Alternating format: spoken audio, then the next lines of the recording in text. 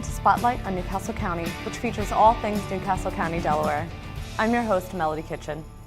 You never know who we're going to talk to or where we're going to visit. For today's show, we were recently on location at Rockwood Museum for the Irish exhibit on display there. Let's go to Tony Prado for that segment. Okay, thank you very much for that, Melody. We are here, as you said, in the Rockwood Museum, one of the famous assets of Newcastle County. And I am here with the director, tell me the right title, Philip Nord. He's one of our county employees. He runs the Rockwood Museum. And this is a special exhibit that you guys are putting on here at Rockwood called the Irish Connection. When you go on tour here, you often hear the docents talk about the so-called Irish Connection, the Bringhurst family. There's a couple other names in there. So to begin with, just tell us in general the idea behind this Irish connection. Well, we have a tremendous connection with Ireland because one of the Bringhurst sisters actually lived in a castle over in Ireland. She married a gentleman, an Irish gentleman of means, and they resided over in a castle for many years. And when John Galt Smith, the husband, passed away, Bessie, the daughter, her actual name is Elizabeth, she took over running the castle, and for many, many years did a fantastic job of being involved with the castle. She was introduced to the King and Queen of England down in Dublin at one point, and at that point she actually was introduced to a lot of royalty. And she spent the many years after John Galt passed away being involved with royalty, the Germans, the Austrians, the Italians, and lived a fantastic life running a castle all by herself. Now here for the so-called Irish Connection, the different things you have on display start with the castle, I believe. That's just behind us, made out of Legos, but right. It looks pretty true to form. Tell us a little bit about that. Well, what we have here, this Lego castle, actually was made by some gentlemen that do that as a part-time thing, and it's made to scale.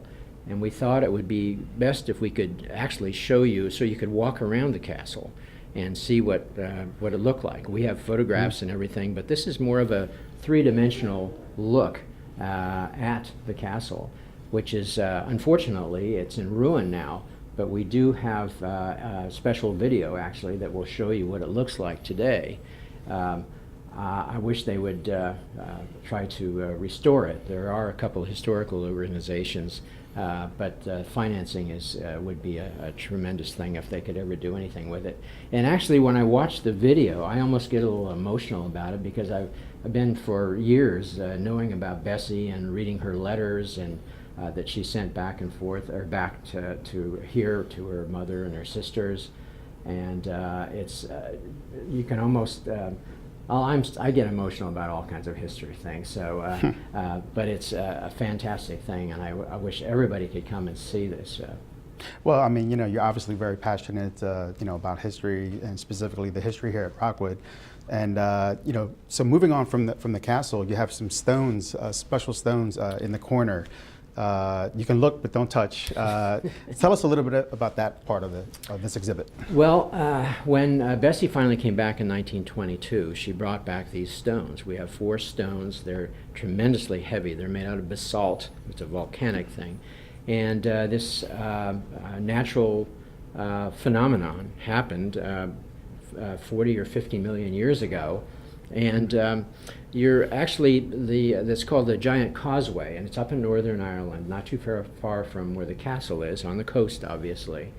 And in the artifacts that we had in the collection, I located these things, and we actually have a photograph where they use this as a lawn ornament on the south facade, which was really incredible. But when you learn about it, it is so special that I was thinking about inviting the ambassador to Ireland initially for the opening, and then I thought, well, she might say that's a national thing that, no, you can't buy these things anymore. But however they got them, I don't know. But they're very unique, and I'm sure that there's nobody in this area of the country that probably has these things. They're very, very special. Speaking of the ambassador of Ireland, you said you mentioned that you actually had some visitors recently from Dublin. Can you tell us a little bit about that? Well, yesterday we had 2 people from Dublin that came in here, and they were fascinated by the whole thing. So they were impressed. That's were, pretty good, huh? They were very impressed with what we had and how we're displaying everything, and also they were impressed with the pub. Of course. I think my father-in-law would be impressed with that part.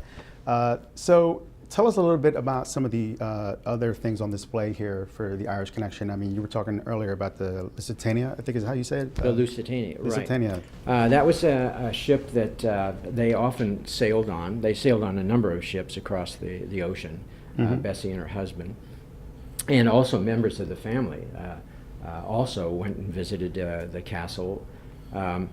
And we thought the Lusitania would be something very, very interesting because they could have been sailing on it in 1915 when, unfortunately, a German submarine sunk the ship. There was a great controversy.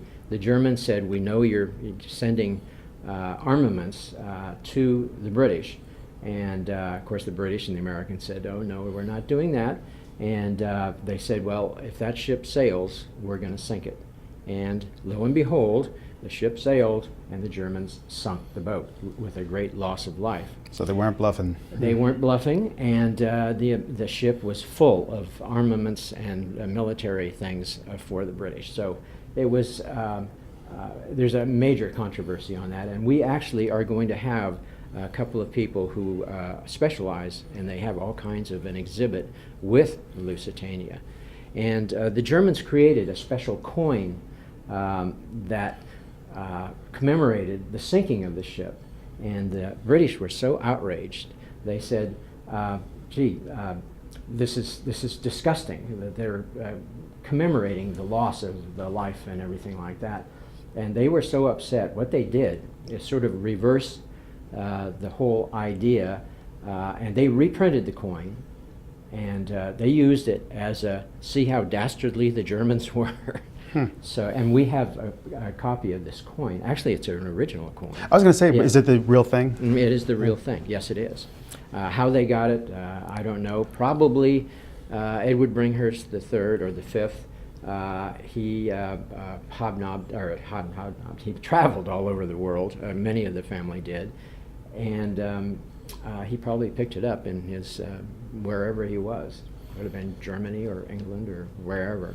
But it is a very interesting thing to look at. Speaking of the British, I noticed that you also have a display to a few of the English monarchs. I thought the Irish weren't crazy about the English monarchs. I saw Braveheart, you know. Tell us a little bit about that. Well, we have something very special that came out of the castle. And you're speaking of Richard the Lionhearted, I'm assuming. Yes. And you'll get a picture of this in a little bit. But just recently, fairly recently, they found his original grave. It happened to be under a parking lot in England someplace. I can't off the top of me figure out what I really think about it. But they have dug him up, his bones, and confirmed that it was him, and they're giving him a royal burial. And that I don't think has happened yet, but it's going to be. This is just recent news, which is incredible.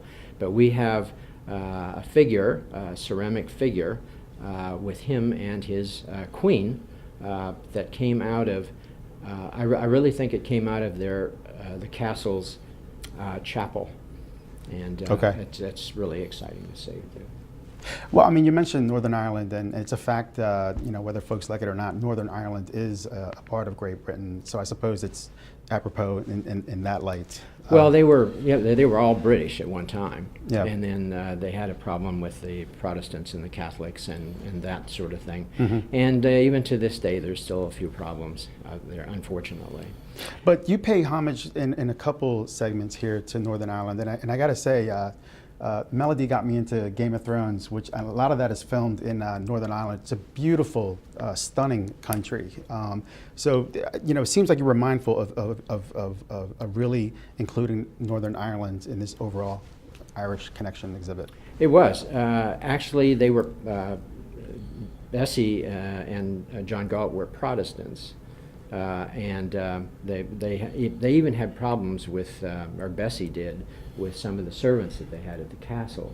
And she had dismissed one in particular that I remember reading about because of agitating for, this problem, the politics. Now, there's a connection obviously to Ireland, Northern Ireland. There's also a local connection that I want to ask you about, namely the famous Kelly's Logan House, which is right there in Charlie Square. Can you talk a bit about how they're participating? I certainly can. When I was setting up this exhibit, I thought, well, I wanted to do a little bit of everything about the Irish culture also, because it's very important to the castle and to Ireland, and it is, as you say, it's fascinating, and that area of Wilmington is still very much an Irish community. Right, right. They are Kelly's. According to information, we have some historical background on Kelly's too. The family that is currently in there that set it up, and it's been passed down for years and years to the same family. And they're the oldest, from what I understand, continuously operated by the same family in Wilmington, or probably in Delaware, no doubt. And they provided us with some artifacts from the pub, which is very interesting. And you'll have to come here to see it. That's the one you mentioned earlier that the Dubliners were impressed with. Right, right, right. Now, what are some of the other aspects that we haven't touched on here for the Irish Connection? Well, I'm trying to think of, we have many pictures of people that Bessie met and from one time or another, and a number of them, royalty, actually stayed at Rockwood here. The castle in World War I was used for officers, American officers and British officers, as a place to convalesce when they've been wounded in the war. And we have a number of these pictures of these individuals that were signed to Bessie, which is an interesting thing for sure. Now, lest I forget, is there a charge, is there an admission fee for people who would like to come to the Irish Connection exhibit? We actually do. This is part of the tour. It's a special part of the tour. And there is, for people who live in the state, we charge $5 for an adult. It's pretty reasonable. Yeah, it is. And if they're out of state, we charge $10 for an adult. And the children's are $2 and $4. So it's, we think we are the least expensive museum in all of Delaware. So please come out. And I think a lot of people know where the famous Rockwood Museum is, but for those who might not know, you're readily accessible from 95. Just can you tell people where you're located? Sure. We are a little bit north of Wilmington, and there's the Marsh Road exit. If you take that exit off, there are signs that point you to us. It's probably, I don't know, in space-wise, length-wise, probably maybe an eighth of a mile. You take the road, goes through sort of a little forested area, and you end up on the Washington Street extension, and you turn right, and you go down across Shipley Road, and about another 100 yards, there's the entrance to Rockwood. And we have plenty of parking. There's a lower parking lot and there's an upper parking lot. And we have tours on Wednesday through Sunday. We start at 10 o'clock. It's on the hour. And until 3 o'clock is the last tour. And we're open on Sunday where are we open on Sunday? We open at noon. And we're open till 4. And we have costumed docents who take you around the museum and tell you all about the clothing and all of the portraits and all of the things, which are totally different than what we're showing in here right now. We also, couldn't forget, but the Bessie was introduced to the King and Queen of England down in Dublin, and we actually have her dress that she had to wear. We have photographs as well as the dress is on show here. Wow. And you know, this is a temporary exhibit. However, when you come to Rockwood and you're given a tour of this historic mansion, the Irish connection is pointed out by your docents. And so even though this might be temporary as far as this exhibit goes, it's, you know, that Irish connection is something that's always on the forefront of your minds here. Yes, it is. Yes, it is, because it's a big part of the extra life of the family members. How long does this particular exhibit run until? We're going to run this until after the first of the year. So it's going to be a while. It's going to be a while. We, when we had the opening, we had some Irish music. We had 4 young people that were playing all of the special violins and musical instruments, and they were really wonderful. We have plans to show a movie coming up, and we're going to have dancers. We're having an Irish tea actually on the April 26th, and that should be a very, very fun thing to attend. Please sign up, because it's a limited number of chairs that we have for that program.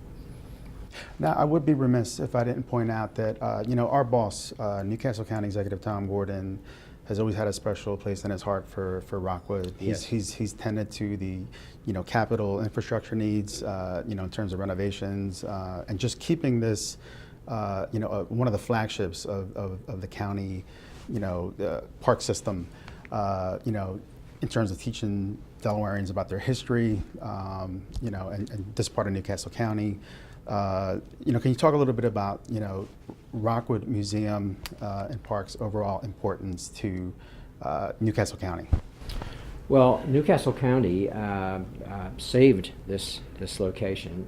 They came in when the last family member in 1972 passed away, and she left this place to an unnamed nonprofit, and the place was in pretty bad shape. And so Newcastle County came in and said, we had a diamond in the rough, and let's save this place. And they did. And they put substantial monies into it, and have done a lot of renovations. And we are still working on renovations now. And Tom Gordon has been very, very good about supporting us tremendously.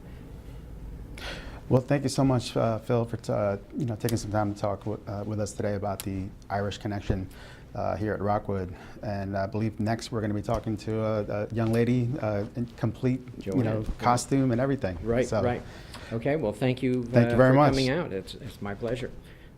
Okay, Tony Prado again, and this time I'm with Joanne Aldridge, and you are one of the volunteers here at Rockwood, serving as a docent, correct? I If I'm am, wrong? and welcome to Rockwood, Tony. Thank you very much, Joanne.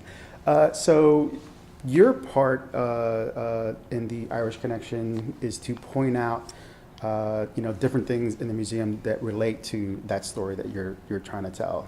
Can you tell us a little bit about that? Well, as Philip indicated, Bessie, who was actually Elizabeth, but her friends and family called her Bessie, lived in Ireland, Northern Ireland, for a good number of years. But after the loss of her husband and when her lease at the castle was ended, she moved back here. Mm-hmm. And in so doing, she brought many museum pieces with her. And throughout the museum are pieces, or special pieces, that she would have brought back. And so the history is certainly on display in the major part of the house.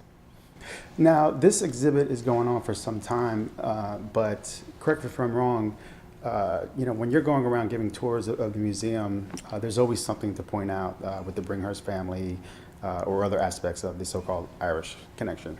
Yes. Well, the home was originally built in 1851, the construction of it, but Joseph Shipley moved in 1854 when it was completed.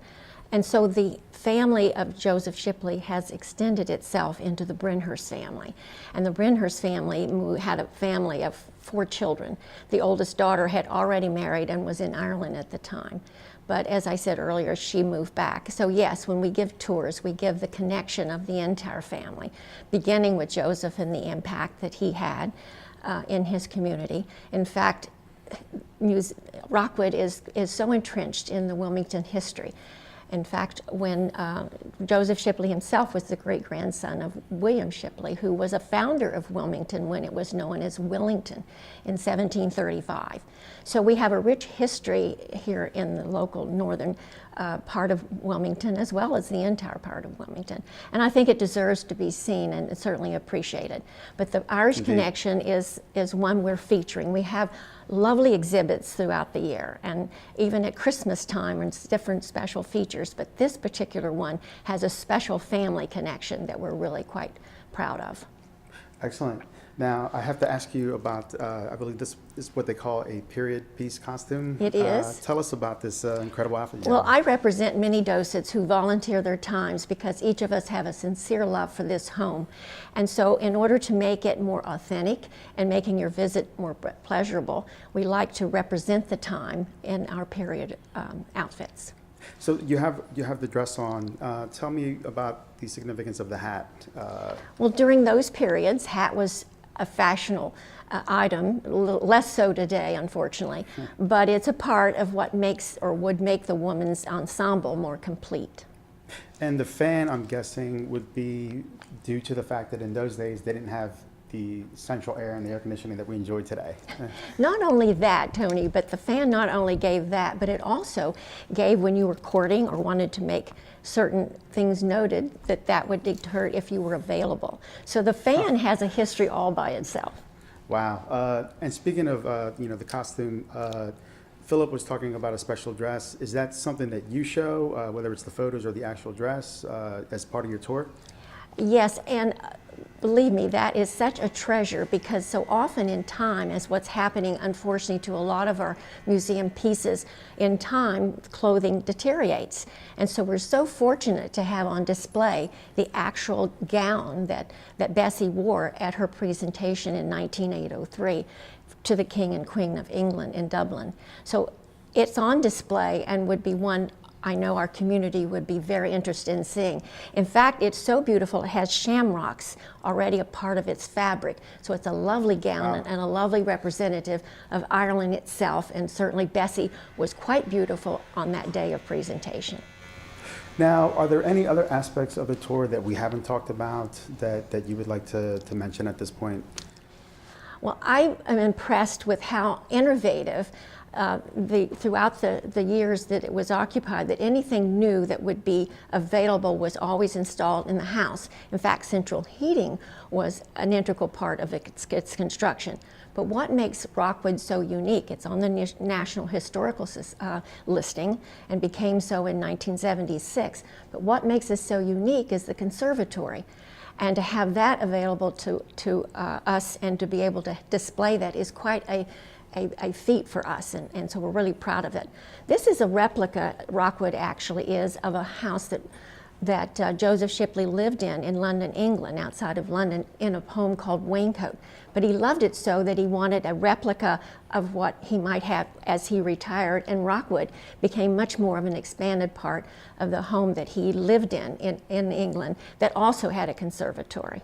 And he employed George Williams, the architect of that home, to be an assistant for this one. So we're really quite proud of it, and we're quite proud of the fact that we're now a museum with 72 acres, but at one point we were over 300 acres. So a lot of the homes in the surrounding part of North Wilmington would have been property that he would have owned. And also it was 5 farms, 5 working farms.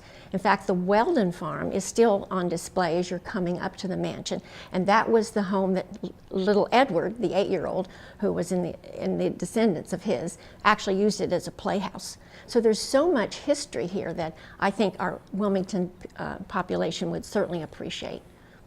Now, little Edward reminds me of the fact that, I didn't mention this with Philip, but, some of our viewers would recall Philip was in the piece we ran for some time about the ghost tours or the ghost hunting that has taken place at Rockwood. And I got to ask you, I don't know, how long have you been giving tours here? I've been a docent for 4 years now. Have you ever heard anything strange, anything amiss? Well, I haven't personally, but several of our docents have, even during major tours. So it would be fun for those who might want to be interested in that. But also I know that Philip's working on the underground that was existing, and that we feel that Rockwood... Underground Railroad? Yes. Yeah. That we feel, or he's researching, that this might have been a part of that. And so that would be also something that this house could represent. Yeah, that is a fascinating lead in terms of being able to make that connection with Delaware history. Well, Joanne, thank you so much for taking the time to talk with us. I mean, was there anything else that you wanted to add on the Irish Connection and just Rockwood in general?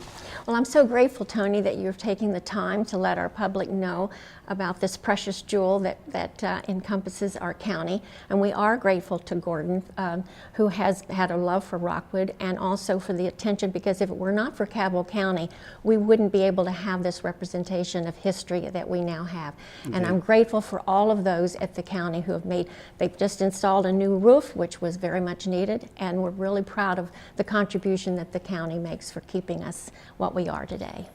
Well, thank you very much for volunteering, Joanne, and for your time today. It's been enjoyable visiting Rockwood. So folks, come on out and visit the Irish Connection. It's going to be running for some time. It's a beautiful asset here in the county. It's historical. Every time I come here, I learn a lot, with the dedicated, volunteers and docents that are giving tours. Philip, you heard his dedication, to the history of this place. So come on out. It's a nominal fee, and we'd love to have you. So let's take it back to Melody back in the NCC TV studio. Well, that wraps up this edition of Spotlight on Newcastle County. I hope you enjoyed today's show. Please keep it tuned to NCC TV for your news and information on Newcastle County, Delaware. For executive producer Jim McDonald, director Tony Prado, and NCC TV crew member Lisa Lancaster, this is Melody Kitchen. Thank you for watching. Take care.